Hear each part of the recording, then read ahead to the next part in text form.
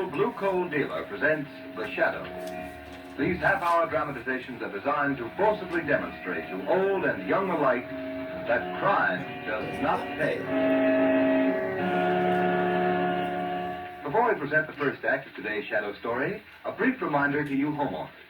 You all know what an unpredictable month March is. The weather's blustery, bitter cold one day and mild the next. And I don't have to remind you how very dangerous those extremes of temperature are to the health of everyone in your family. Now, if you want to ensure steady, comfortable warmth inside your home and help prevent late winter colds and illness, here's what you do. Call your nearest blue coal dealer.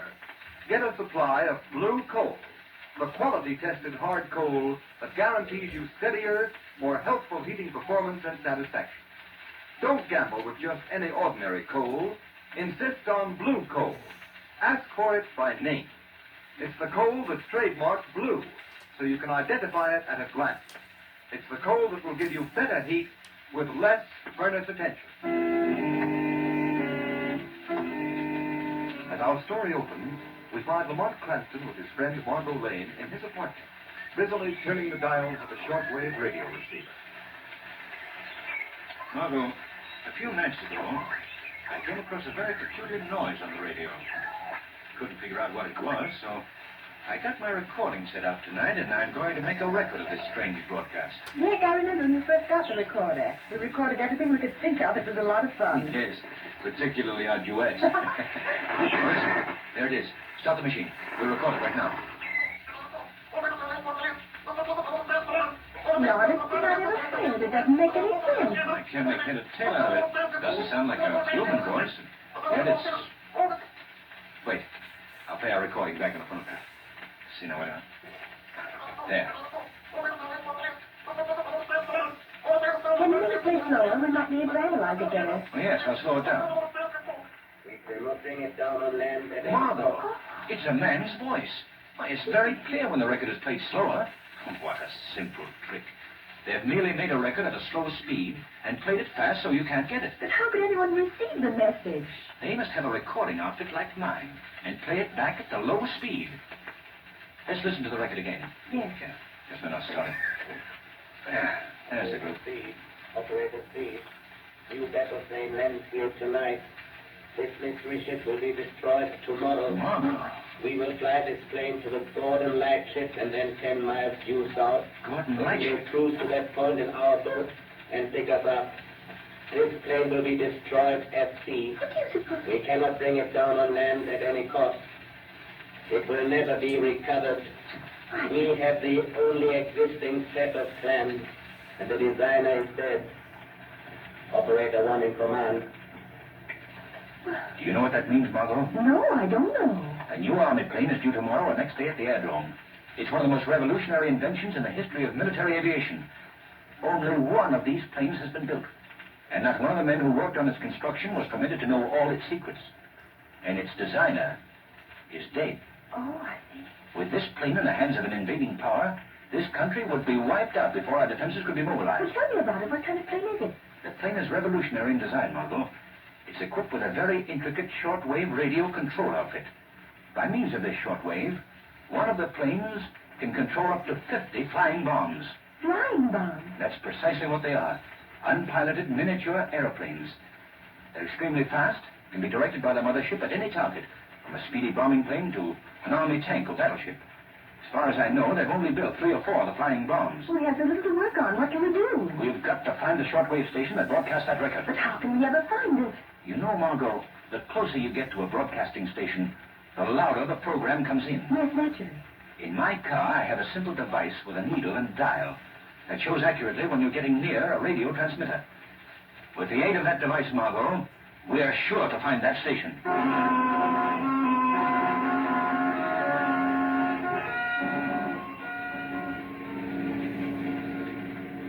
I don't think it's any use to any further west, Lamont. What does the dial read now, Margot? It's down to 9. Well, we'll go southeast now. The signal is getting stronger, Lamont. The dial reads 20 now. Good. Covered every inch of the city. There must be a road that goes further east from here. Well, the only place I know east of here is Robbers Reef. Do you think it could... Oh, it couldn't be out there. Why, there's only an old tumble-down house on the reef. I think you've hit it, Margot. How do you get there? There's an alley between a couple of these buildings here that leads out onto a sort of short, narrow sandbar connecting the mainland with the end of the reef. Is that it there between those old buildings? So hard to see in this fog. There. Yes, that must be it. We'll try anyway.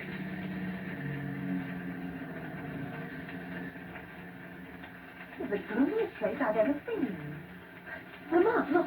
The dial reads steady. Good. We're headed right.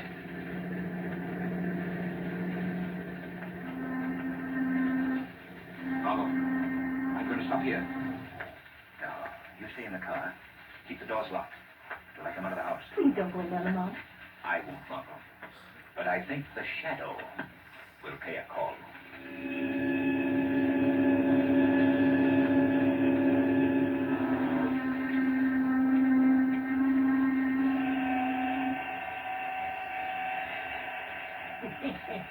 That's awful funny. What was that?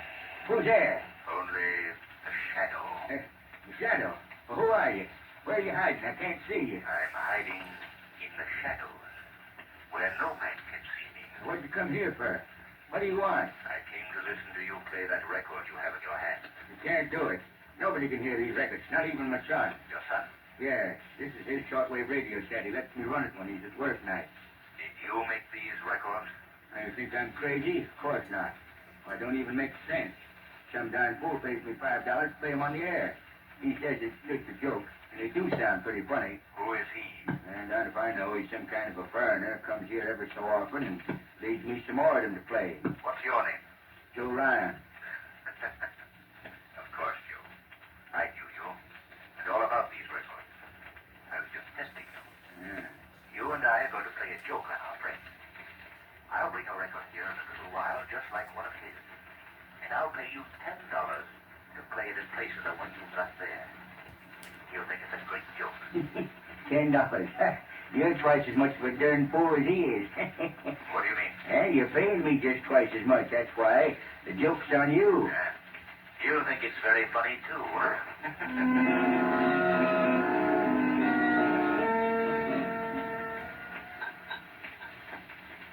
Well, here's to you, Corbin. I guess our work's about done.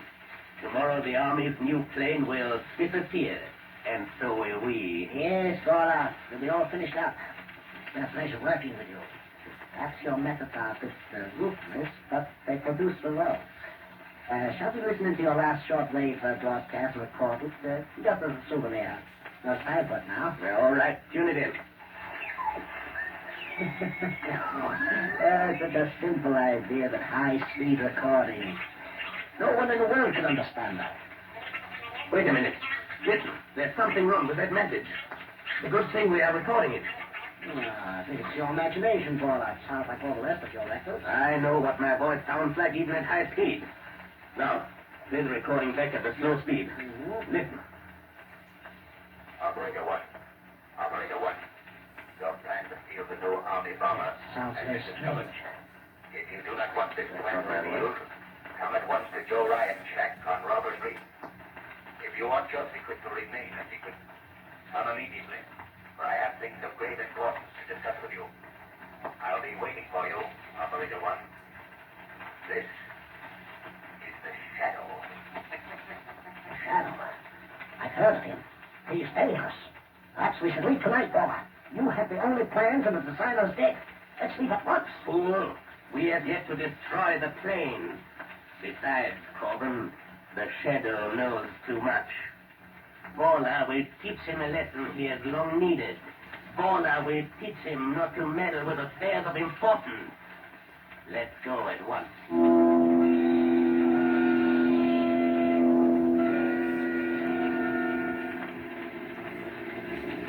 Don't drive so fast, Corbin. This fog is pretty thick. You told me to hurry. Yes, but it would be a pity to disappoint the Shadow.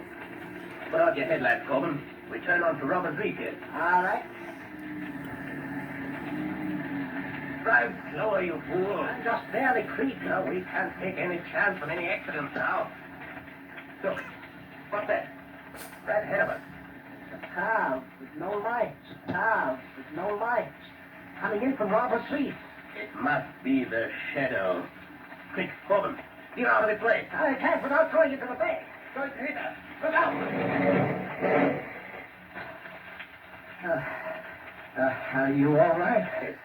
Fortunately, we're both going very slowly. Somebody getting out of the car.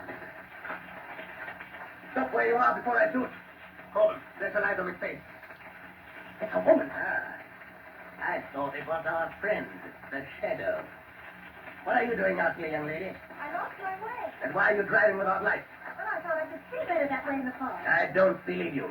Corbin, look in the car and see if there's anyone else. Perhaps you brought someone out to rob us Reed. Young I don't lady, know what you're talking about. I tell you, I lost my way. Well, we'll soon find out. You are coming with me. No one else in the car, boy. Good, Corbin. I'm sure there's nothing the matter with the car. Drive her into the water. Then bring out to Joe Ryan's shack. The young lady and I are going to walk, unless she is foolish and tries to run away.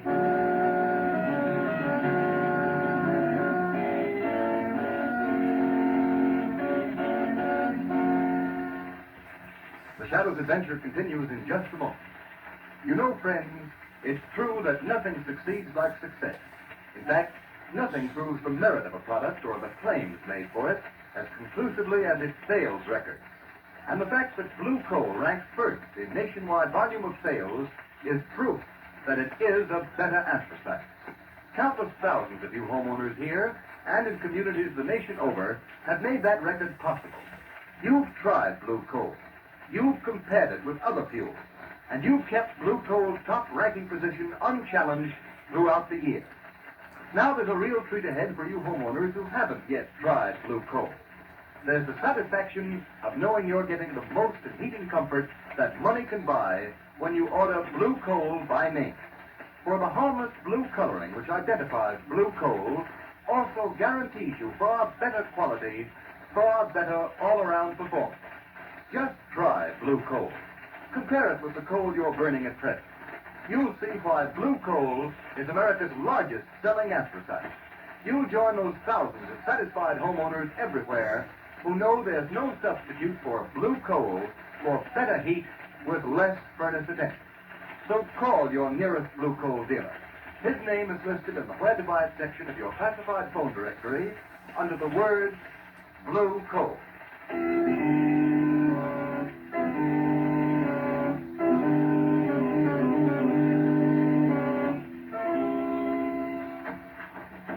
Step in there, young lady. What? Oh, it's you, mister. Hey, did you hear it? Did you hear the funny record? Yes, very funny. Where's the shadow? I don't know where he is. Said he was a friend of yours. He is a great friend of mine. I'd like to see him. You can't see him, because even when he's here, he isn't. He just talks to you. Now, you're a fool, old man. Now, young lady, suppose you tell us what you know about the shadow.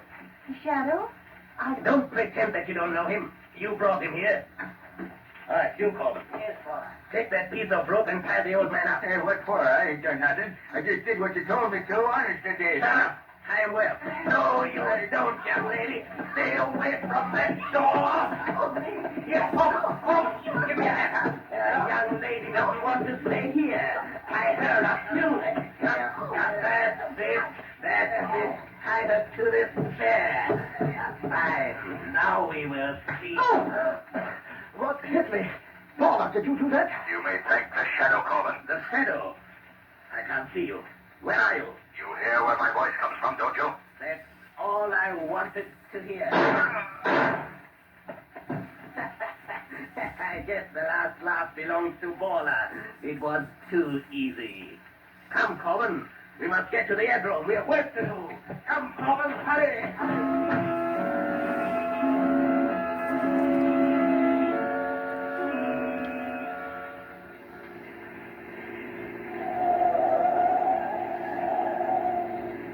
Hurry, Corbin. The X-1 should land just at dawn. It will be light in a few moments. I'm doing the best I can. I'm still worried about that girl and the old man back on Robert's Reef. You should have gotten rid of them. As soon as I leave you at the airport, I will go back and close their mouths forever. Leave me at the airport? Certainly, Corbin. You're a pilot. It's up to you to fly the army ship out to sea alone and bury it. Yes, but suppose something happens when I get out over the ocean. Suppose they don't pick me up. This is dangerous, Paula. Your strong suit is not courage, Corbin. But don't worry. You will be picked up, as will I. The rest of our operatives are waiting even now on the boat, 10 miles south of the Gordon Lightship. Do you still have the plans for the plane with you? Those plans have not been out of my sight since the day I got them. There's the entrance to the airport directly ahead. What do you plan to do, Paula? Simply this. The flight of this new plane has been veiled in greatest secrecy. There will be but one guard at the airport to meet us. You and I represent ourselves as inspectors from the War Department. Once we get aboard the plane, it is simple. We'll overcome the pilot and anyone else on board, and the rest will be up to you. Here. We can stop right here now. Look, boy. Look, there she is now. She's just landed. And look right behind her. There are the 3 flying bombs coming in perfect formation. Come. Let's get over to the plane. Sorry, sir. No one's permitted on this field. Oh, I'm Harry Johnson from the War Department, and this is Mr. Andrews, my assistant. We have been sent out to check the landing of the new plane. Do you have any identification? Identification? Why, the best in the world. Look, here are the plans for that ship. Is that good enough identification? Well, it sure is. Who is piloting her? I believe Lieutenant Flynn, sir. Well, I'd like to get his report as to how she handled her trapeze. Well, there he is, just coming out of the cabin. Oh, Lieutenant Flynn. Yes? Mr. Johnson and Mr. Andrews from the War Department, sir. We came up to get your report on the flight firsthand. Did you fly in alone? Yes, sir. She handled beautifully in the air, and the flying bombs responded perfectly. I've gone over these plans here, of course, but I would like to step into the cabin and see what it looks like. Certainly. Right this way, sir. The pilot sits up ahead here in this heavily armored cockpit. Now, by closing this metal door, he can be shut off completely from the rest of the ship. What is the purpose of that, Lieutenant? It's just an added armor protection for the pilot and the shortwave mechanism that controls the flying bomb. But, Lieutenant, can the pilot communicate with anyone in the other part of the ship when the door is closed? Yes. Step into the cockpit here. Now, you see this microphone? Yes. That's connected to a loudspeaker installed in the rear of the ship so that the pilot constantly can be in contact with the rest of the crew, even if the armored door is shut. Well, where's the equipment for the control of the flying bombs? That's right here, sir. Uh-huh. See this dial with numbers up to 50? You just set the indicator at any one of the numbers, and that throws the flying bomb of that particular number in line with the corresponding controls, so that it can be manipulated separately. And these 3 dials here control speed, direction, and altitude. It's perfectly simple. Is there anything more I can show you, sir? No. You have been a great help, Lieutenant. What is that switch in back of us? Oh, this? Oh, that's the... Oh! All right, Coleman, take off immediately. As soon as you get in motion, I'll push the pilot out and jump out myself and tell the guard that you are running away with the ship. There. There you go. Now, hurry, Coleman. Take her off. Good luck, Coleman. I'm going to jump now. Help! Stop! Help! Stop!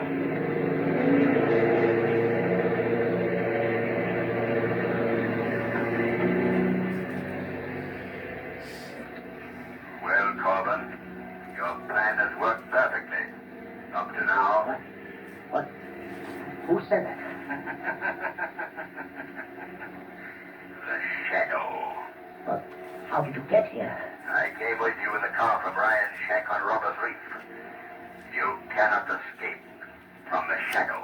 But Paula killed you. No. He only shot at my voice. Where are you now? I am in the shadows of a cabin in back of you, but I can see you well enough to shoot you if you don't bring this plane down immediately. No, don't shoot. I'll bring it down, Bobby. Don't shoot. Open that door. Open that door, I tell you. Well, Mr. Shadow, you can shoot your heart's content. Perhaps you heard Lieutenant Flynn say that the pilot's cockpit is well armored. Corbin, bring this plane down. I'll bring it down all right. The 3 flying bombs in the ocean 10 miles south of the Gordon Lightship. But when the plane lands, you will land in it alone. For I will leave it by parachute before it goes into its last power dive. What do you think of that, Mr. Shadow? Why don't you speak? Shadow, can't you hear me? I hear you all right, Corbin. And thanks for the suggestion about a parachute. It was nice of you. I'm going to leave you, Corbin. but not for long. I'll chase you to the ends of the earth. You'll never get away. Goodbye, Corbin.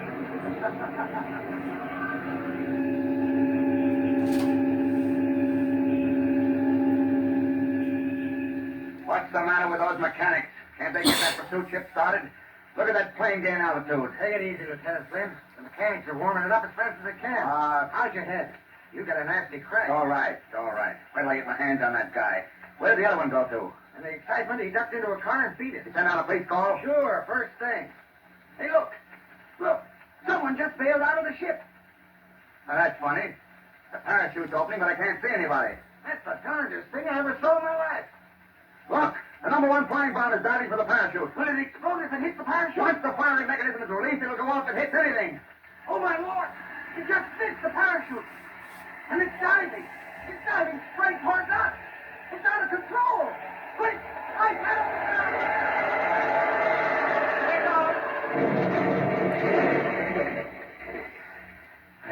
All right. Yeah, but boy, I'd hate to be any closer. What happened to that parachute? It came down right in back of us. But I still can't see anyone. Well, I can't stop now. I gotta take off and force that guy down.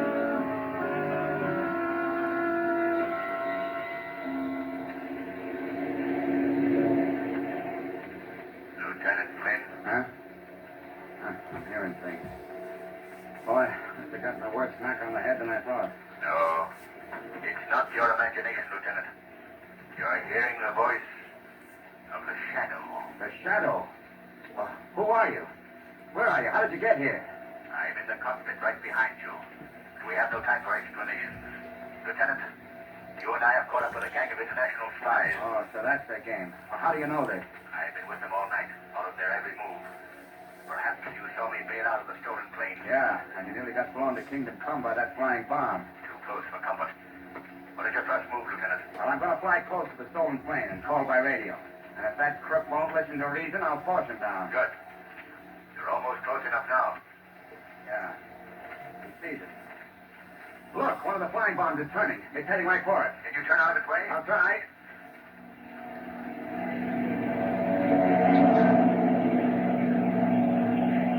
Those things are too fast. They can turn on a dime. Look at that thing fly. Your only chance is to shoot it down. Can you hit it? I've got to. Good shooting, Lieutenant. My lord. Look, that madman has released the one remaining bomb. Yes. He's right behind us. Our only chance is to put this plane into a power dive. Here goes.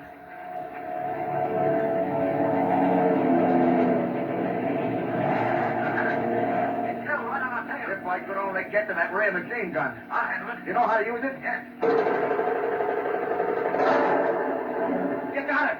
You got it, Shadow. Wow, that was close. Now I think Corbin will listen to reason. I'll call him a shortwave. Calling plane X1. Calling plane X1. Corbin, this is your last warning. Land that plane. No, don't shoot me, Dove. Don't shoot. I'll land the plane for me. Don't shoot. Turn immediately and go back to the airport. All right. I'm turning. Boy, that's a good day's work finished. For you, but not for me. Now, what do you mean, Shadow? There are several things left undone. The Coast Guard must be instructed to pick up a boat 10 miles south of Gordon Light. It has boarders operatives on board. Well, we can do that right now. As soon as we see Corbin safely landed in the hands of the guards, you must fly me to Roberts Reef. Boarders headed there and he must be captured. I'll call the guard at once and have the police notified to follow up.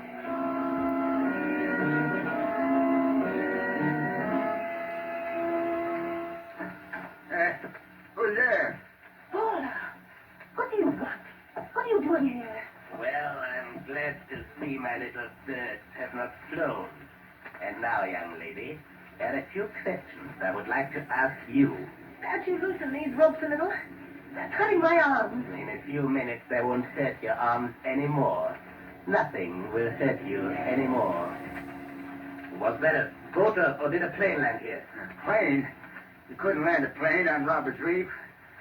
Say, mister, when are you going to untie me? I'm not going to untie you. I'm going to kill you. Me? I ain't done nothing. What you want to kill me for? I only did what you told me. I did. Oh, you nothing. You are the only one left, young lady. The shadow is dead, and you... Who's there? Who closed that door? The shadow. But the shadow is dead. No, Bora, the shadow is not dead. Put that gun away. I showed you once that you could not shoot a voice. No, but I can shoot a very lovely young lady, Shadow. And I don't think you'd care for that. I'm going out this door, and I'm going to shut it after me. If it opens, I shoot. And if I don't hit you, Shadow, I'm going to kill this girl. You can't stop Paula. No one can stop Paula. But the police, I'll shoot them like dogs. I'll kill every one of them. I'll kill... They got her. You all right, Margot? Yes, Lamont. Here, I'll cut these ropes. We have to get out of here. Thank you, Lamont. Well, Margot, they've killed Boran. I hate to see any man die by violence. But if that man dedicates his life to the evil task of plotting and espionage against a friendly country, he faces but one fate. And that fate is justly death by violence.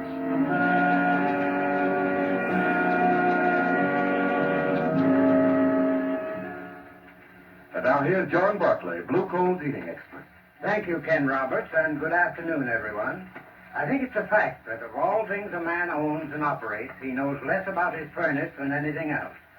Now, the weather this time of year, as Ken Roberts said earlier in the program, is particularly treacherous.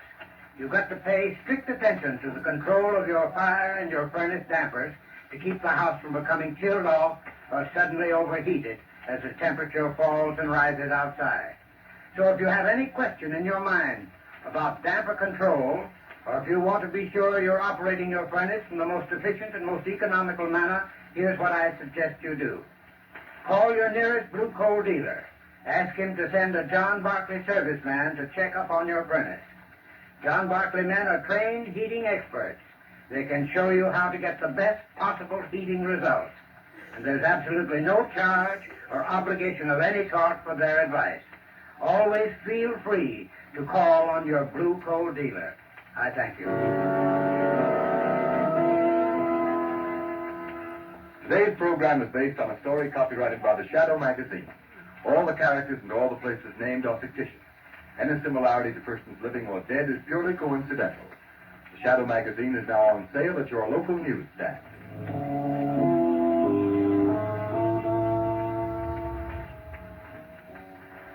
The weed of crime bears bitter fruit.